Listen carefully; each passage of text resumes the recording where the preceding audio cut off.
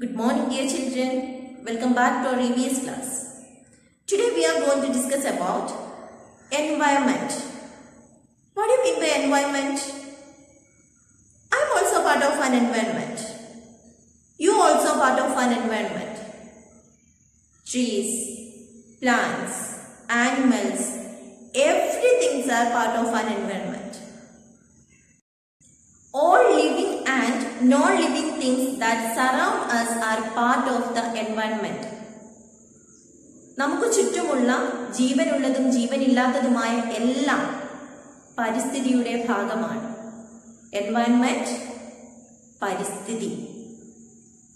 Environment is made up of all living and non-living things that can affect our lives.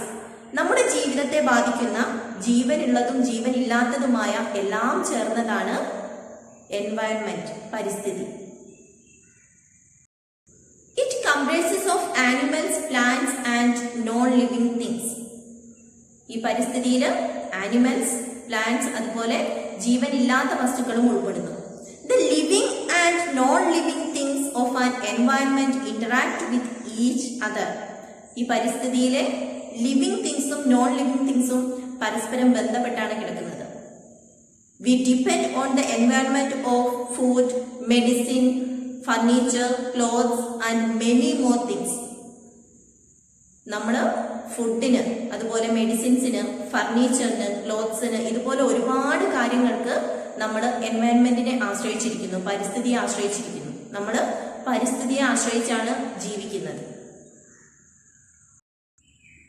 Shall we move to our next topic? Living and non-living things. What do you mean by living things? Living things എന്ന് പറഞ്ഞാൽ എന്താണ്? ജീവനുള്ളവയ്ക്കാണ് നമ്മൾ living things എന്ന് പറയുന്നത്. Living things are things that are alive. Animals and plants are living things. Animals and plants are living things. Then non-living things. Non-living things are things that are not alive. ജീവനില്ലാത്തവയ്ക്കാണ് നമ്മൾ non-living things എന്ന് പറയുന്നത്. They may be made of things that were once alive. ഒരിക്കല് ജീവൻ ഉണ്ടായിരുന്ന വസ്തുക്കൾ കൊണ്ട് നമുക്ക് non living things നിർമ്മിക്കാൻ കഴിയും. എക്സാമ്പിൾ, ഒരു ചെയർ, ഒരു മരത്തിന്റെ ചെയർ. ട്രീസ് നമ്മൾ പറഞ്ഞു, plants and trees living things ആണ്. ഇതിന് ജീവനുണ്ട് അല്ലെ. ആ ജീവനുള്ള വസ്തുവാണ് എന്ത്? ട്രീ എന്ന് പറയുന്നത്. ആ ട്രീ കൊണ്ട് നമുക്ക് എന്ത് ചെയ്യാം? നോൺ ലിവിംഗ് തിങ്സ് നിർമ്മിക്കാം ഇല്ലേ. ട്രീസ് കൊണ്ട് നമ്മൾ ഒരുപാട് furniture നിർമ്മിക്കാറില്ലേ. Which are the difference between living things and non-living things? Living things എന്ന് പറഞ്ഞാൽ ജീവനുള്ളവയാണ്, non-living things എന്ന് പറഞ്ഞാൽ ജീവനില്ലാത്തവയാണ്. Which are the difference between living things and non-living things? Living thingsഉം non-living thingsഉം തമ്മിലുള്ള വ്യത്യാസങ്ങൾ എന്തൊക്കെയാണ്? Living things can breathe. Living thingsന് ശ്വസിക്കാൻ കഴിയും. Living things can move. Living തിങ്സിന്, ജീവനുള്ളവയ്ക്ക് ചലിക്കാൻ കഴിയും, ഒരിടത്തു നിന്ന് മറ്റൊരിടത്തേക്ക് ചലിക്കാൻ കഴിയും. Living things can eat. Food കഴിക്കാൻ കഴിയും. Living things can feel. Living things can reproduce. What do you mean by reproduce? Living തിങ്സിന് കുഞ്ഞുങ്ങൾ ഉണ്ടാവും.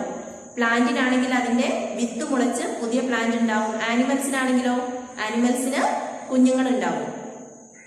Living things can grow. വളരാൻ കഴിയും അല്ലെ ലിവിംഗ് തിങ്സിന്. Non living things do not do any of these on their own. ഈ പറഞ്ഞ കാര്യങ്ങളിൽ ഏതെങ്കിലും നോൺ ലിവിംഗ് തിങ്സിന് ചെയ്യാൻ സാധിക്കുമോ? നോ.